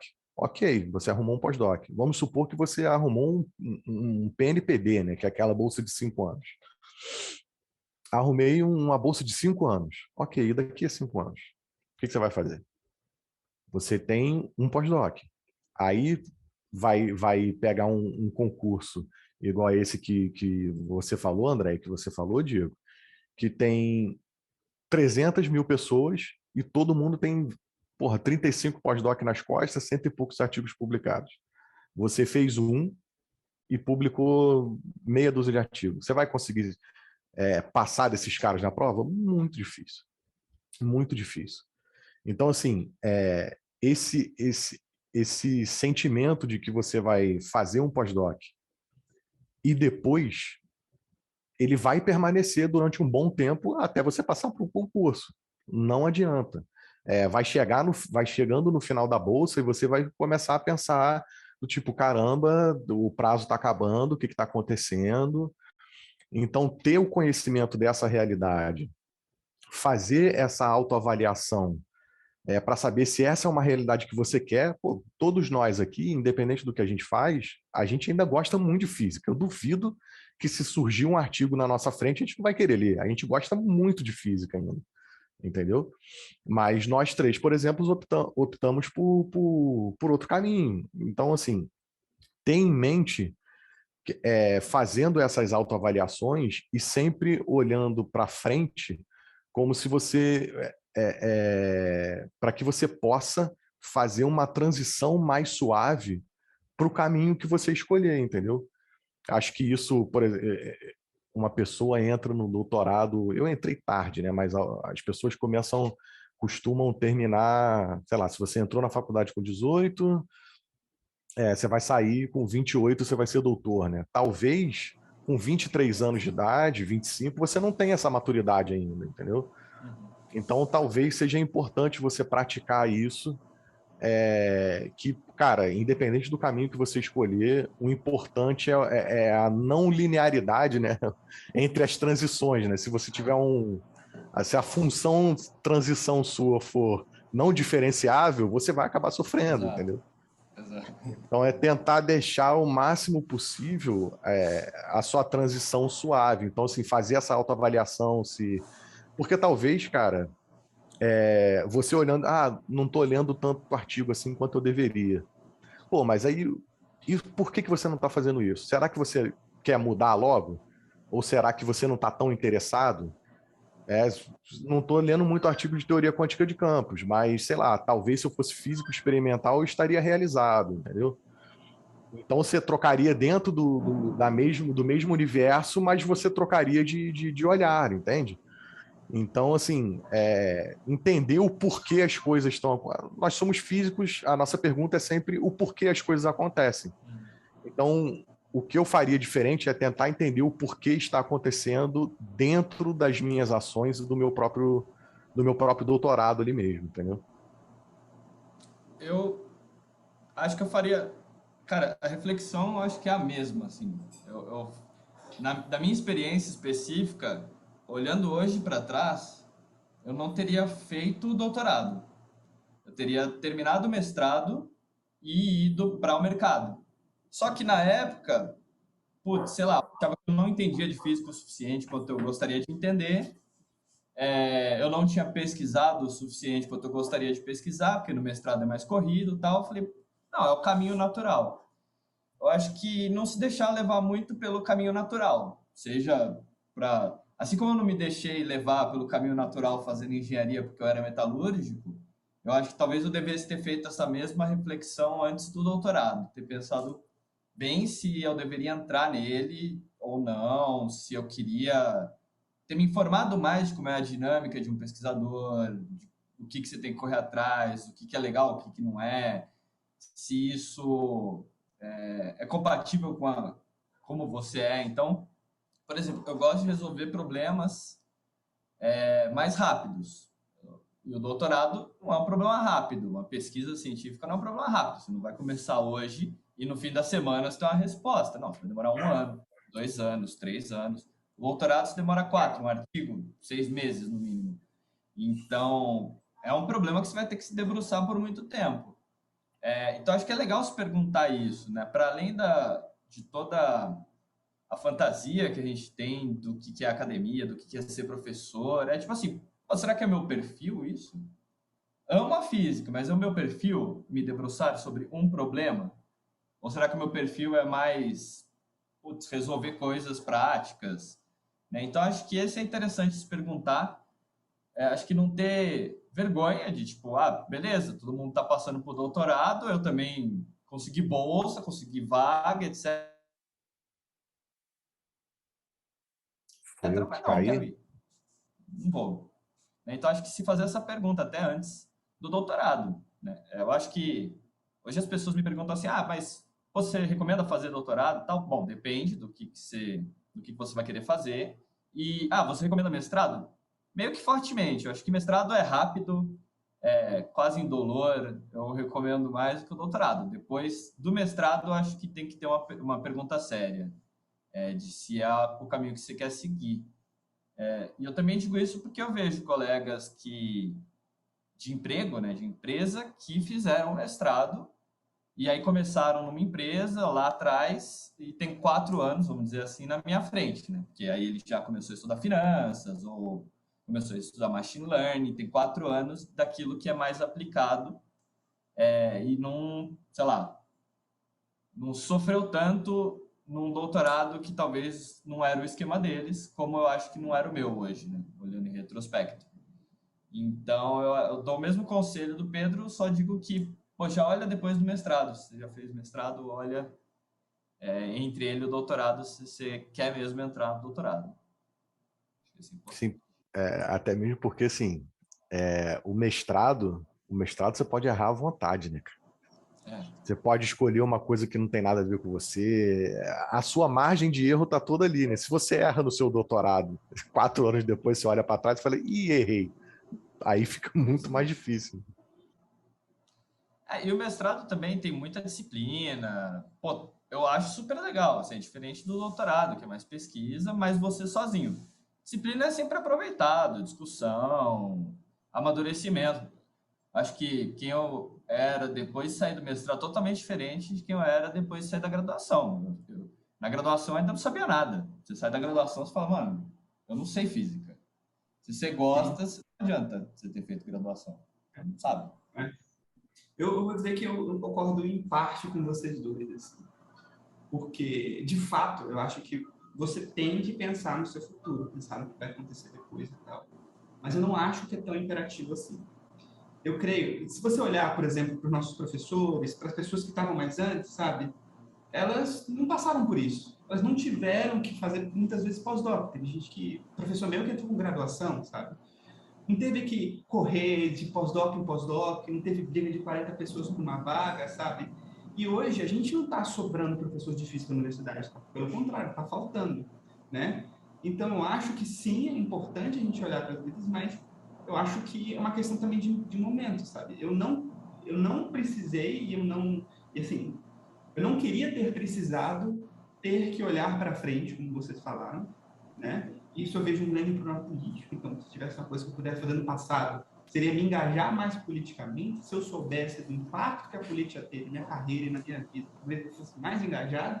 Não que isso fosse mudar, mas pelo menos ia ter a consciência mais tranquila, né? Mas é isso, o meu ideal seria, poxa, eu me formei para ser professor, eu sou capaz, por exemplo, tem que seja, dar aula de Eletro 3. Eu sou capaz, vocês são capazes, sabe? Você precisa de professores que são na Eletro 3.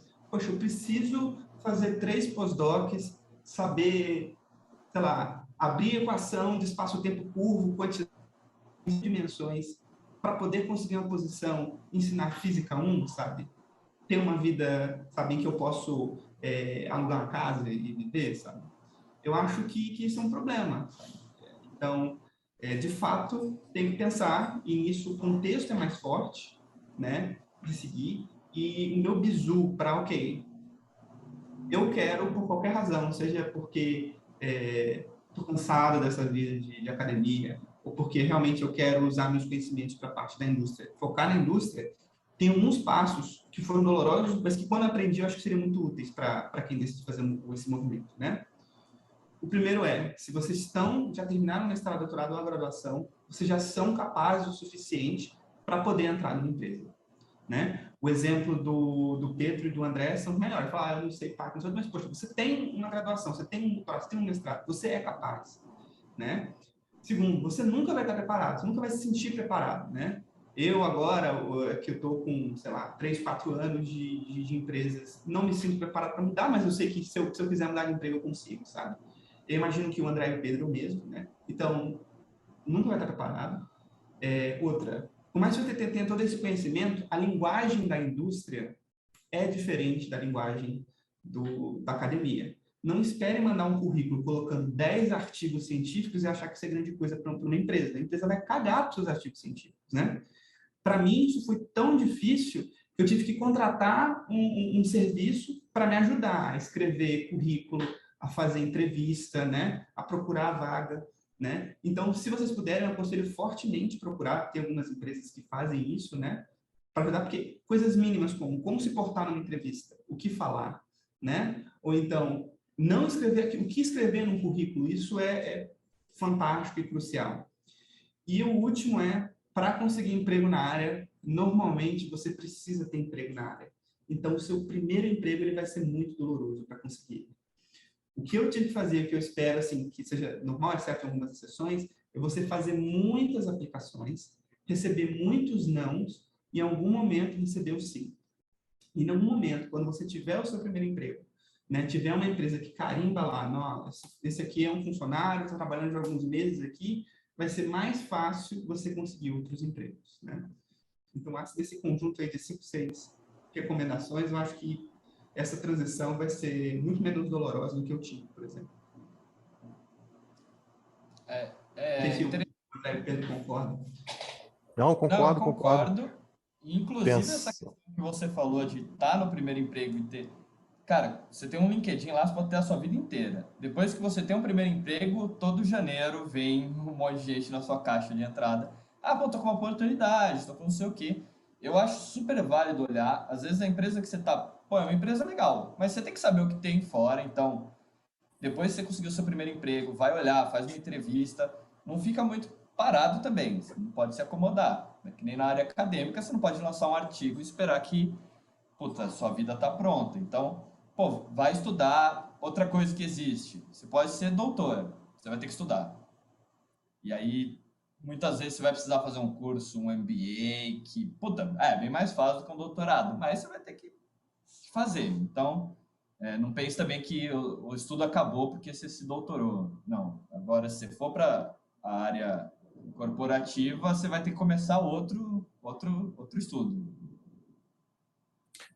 Tipo, cara, não adianta você sentar no seu diploma de doutorado e falar não sou doutor, porque, desculpa, mas nós três somos assim, né? Tipo, nós somos doutores em física, cara.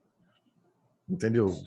Pegar uma pessoa que nunca fez uma análise de dado, um machine learning, mas que é doutor em física e fala, ó, filho, faz um modelo aqui para prever o preço de casa aí, o cara vai saber fazer, entendeu? Se ele nunca viu, ele não vai saber fazer. Então, assim, ter isso na cabeça, né? Se é o primeiro emprego dela, é ok, sabe? É ok não saber, né? Entrou num cargo Sim, júnior, sim. né? É ok. Então, por exemplo, nas minhas dicas, no momento eu falei, estude, porque eu acho que vocês vão estudar, não é uma questão. A Sim. pessoa que vai entrar agora, ela vai estudar, né? Eu acho que é uma coisa um pouco óbvia. Eu acho que nem vai ser tão difícil, sabe? A gente vai, faz o curso no Coursera, né? Olha no YouTube, pega livro, sabe? Isso a gente sabe fazer. A gente está 10 anos fazendo, sabe? Uhum. A gente foi formado para isso, né? Formado para isso, exatamente, né? Sim. O mais difícil é justamente pegar esse conhecimento todo e mostrar para a indústria que muitas vezes não sabe, né? Sim. Que você vai ser um excelente profissional, né? E que a empresa, no primeiro emprego, vai estar pagando muito barato para um profissional qualificado. Né? Sim. O que eu estou dizendo muito barato não quer dizer você aceitar coisa barata também, não, né? Eu sei que é o meu exemplo nesse sentido, né? Procura no Google primeiro assim, a quanto que esse digital está recebendo, tal, não sei o quê, né? Quando você já tiver no emprego, se você estiver muito feliz no emprego, é ideal você continuar ouvindo oferta, né? Porque Sim. a melhor forma de você fazer, o melhor período de você fazer entrevista é quando você está empregado feliz. Né? Então, por exemplo, talvez a primeira, a segunda empresa que você está não vai ser aquelas coisas, vai ser bom, mas não vai ser aquelas coisas, né? Muito melhor do que ser desempregado, claro. Né? Mas ali, quando você estiver ok, você vai ouvir na oferta, vai aparecer aquela oferta assim que você fala, cara, é o meu sonho. E aí você acaba aceitando e tal. Mas até pensando nisso mesmo, Arthur, assim, você não ouvindo oferta nenhuma, você pode estar fechando as portas da oportunidade da sua vida, né? Do tipo, não, tô feliz, tô muito feliz aqui, não quero ouvir, não. Aí, pô, quando você olha... Foi nessa, assim, eu estava muito feliz na empresa anterior, mas aí veio para essa empresa, que era meu sonho, assim, quando pensei na transição, eu já vi ela como assim, que eu nunca ia passar nela, aí veio a oportunidade, né? Então, é justamente isso que você está falando. E eu posso acrescentar uma coisa, só mais um detalhe, que é o seguinte, eu acho que o Arthur comentou sobre a questão do currículo, e é engraçado que quando você escreve um currículo voltado para o mundo corporativo, os seus skills, né, as suas habilidades contam muito, né? Você vai colocar lá as suas habilidades. E é engraçado que quando você escreve as suas habilidades, as habilidades que foram desenvolvidas, né, mestrado e doutorado, que para quem nunca... Eu vou me citar como exemplo. Eu comecei a fazer um currículo, né, voltado mais para o mercado corporativo. E aí, meu primeiro currículo era assim, lista de publicação, né, muito naive, né, assim, coisa... E aí eu comecei a olhar o currículo de outras pessoas, né? Eu falei, pô, essa pessoa conseguiu fazer essa transição, essa pessoa conseguiu fazer a transição. Então, assim, o que está errado no meu currículo? E aí eu comecei a anotar, né? Tipo, por exemplo, você tem skills, technical skills, soft skills, né? E eu falei assim, cara, o que são soft skills? Nunca tinha ouvido falar em soft skills. Technical skills, tudo bem, né? Você fala assim, eu sei, sei lá, Python, eu sei machine learning, eu sei, sei lá, resolver integral, estatística, sei lá. Agora, soft skill, que porra é essa de soft skill? Cara, e é engraçado porque por conta, acredito eu, né, por conta do mindset que a gente tinha, né, enquanto desse período acadêmico, né, que é exatamente juntando, né, tentando linkar, né, fazer um link com tudo que foi dito, por exemplo, o Arthur, tinha que fazer licitação do ar-condicionado, entendeu? Pô, outra coisa que quando você começa a colaborar com pessoas, né, na publicação, cara, você delega, entendeu? Você fala assim, eu fiz isso aqui, trabalha em equipe, cara. Ninguém faz ciência sozinho, entendeu? Então, assim, a ciência é construída com todo mundo, então trabalho em equipe, colaboração, né? Então, você sabe trabalhar em equipe, você sabe exatamente dentro de uma equipe, se você... eu sei fazer isso, você sabe dizer que você sabe fazer isso. Se você sabe fazer, você sabe fazer. Tudo bem, às vezes o tempo, né, a adaptação, mas isso você aprende na academia. Né? E você aprende a pedir ajuda, né, para o teu colega de equipe. Né? Você aprende. E você aprende a se virar, entendeu? Isso tudo são skills que você desenvolveu ao longo da academia. Né? E isso são coisas que você coloca no teu currículo, né? Cara, eu me tendo como exemplo, né? Eu fiz parte do meu doutorado fora do Brasil. Cara, eu tive que escrever contrato de trabalho, que era um contrato entre a UERJ, a Universidade do Estado do Rio de Janeiro, e a universidade que eu estava indo na Europa. Então, assim, quando eu comecei a escrever o contrato, eu falei, cara, isso não é um trabalho de um advogado. Como é que eu sei que os meus termos jurídicos, né, são esses? Não sabia, cara. Só escrever em latim. Porra, sei lá, pode ser. E aí eu tive que não só escrever em português, como fazer uma tradução em inglês. E eu que fazia. E eu falei assim, cara, qual é o termo jurídico em inglês que eu deveria usar, que vai corresponder? E, cara, e não tinha tempo. Né? Assim, tinha que ser uma coisa rápida, porque eu queria garantir uma parada e as duas universidades falaram, a janela é essa. Então, assim, são coisas que você aprende, né, assim, vivendo na academia. E, assim, a gente não está falando de um cenário ideal, aqui é uma academia de um setor... porque existe... Eu morei em vários lugares do mundo e presenciei diferenças de realidade de academia no mundo. Então, por exemplo, a academia no Brasil, eu digo assim, a universidade pública no Brasil, é o você se vira. Então, assim, em outras realidades, você realmente funciona como uma empresa privada. Então, tem a pessoa, eu preciso de bolsa, eu preciso de dinheiro para ir para um congresso, um exemplo. Né? E eu vivi realidades onde tinha uma pessoa responsável para fornecer a você e aplicar para você. E, óbvio, você fazia a sua parte, entregava os documentos e a pessoa era responsável, uma secretária que era responsável por fazer isso. E a gente sabe que não é a realidade no Brasil.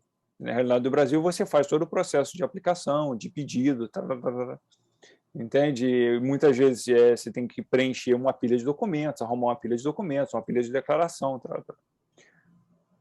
E isso entra na tua, né, eu diria lá, a coluna de stack, sua pilhas lá de habilidades, né? Que a gente não tem essa noção, porque faz parte da realidade do dia a dia, né? Então, assim, só quando você vai tentar enfrentar uma outra realidade que você começa a enxergar que, peraí, isso realmente é um diferencial. Não, e isso é muito bom, cara, porque, assim, isso te dá a academia acaba, pelo menos em física, né, no que a gente fez, seu doutorado acaba te dando uma casca tão grossa que, assim, não interessa o que você tem que fazer. Você vai olhar e você vai tentar buscar uma solução, entendeu? Não interessa o assunto, o problema, você vai sempre tentar olhar e buscar uma solução. Então, assim, não interessa com quem você tenha que cooperar, porque se você trabalha numa empresa muito grande, no ramo de dados, em algum momento você vai ter que falar com outras pessoas para arrumar uma tabela. É tipo chegar em outro time e falar, olha, são vocês que geram esses dados aqui? Tem como você me dar acesso a essa tabela? Tem como você me explicar quais são as features dessa tabela? Porque eu estou precisando de um dado parecido com esse aqui e eu preciso terminar o que eu tenho para fazer, preciso resolver o meu problema, entendeu? E assim, isso também, pô, eu tive que chamar acho que isso aconteceu com todo mundo, né? A gente convida os professores para nossa banca, e às vezes você convida um cara que você nunca falou na sua vida. Você, quando lê um artigo interessante, você fala, nossa, que interessante. Pô, será que se eu entrar em contato com esse cara, a gente consegue. Eu tenho algumas ideias boas. Será que minhas ideias são boas? Então você manda um e-mail pro cara e você pode receber uma patada de resposta, tipo, olha, suas ideias são horríveis. Mas você vai parar de perguntar as coisas por causa disso? Uma das coisas que eu vi e que eu olhava para o lado assim, e eu via que o pessoal que não tinha vindo da academia tinha, eles ficavam, pelo menos em alguns casos, o pessoal ficava com o pé atrás de errar e fazer pergunta errada. Só que, cara, eu acho que uma coisa que eu fiz no meu doutorado foi errar e fazer pergunta errada. Acho que foi a coisa que eu mais fiz no meu doutorado, foi errar e fazer pergunta que não tinha nada a ver.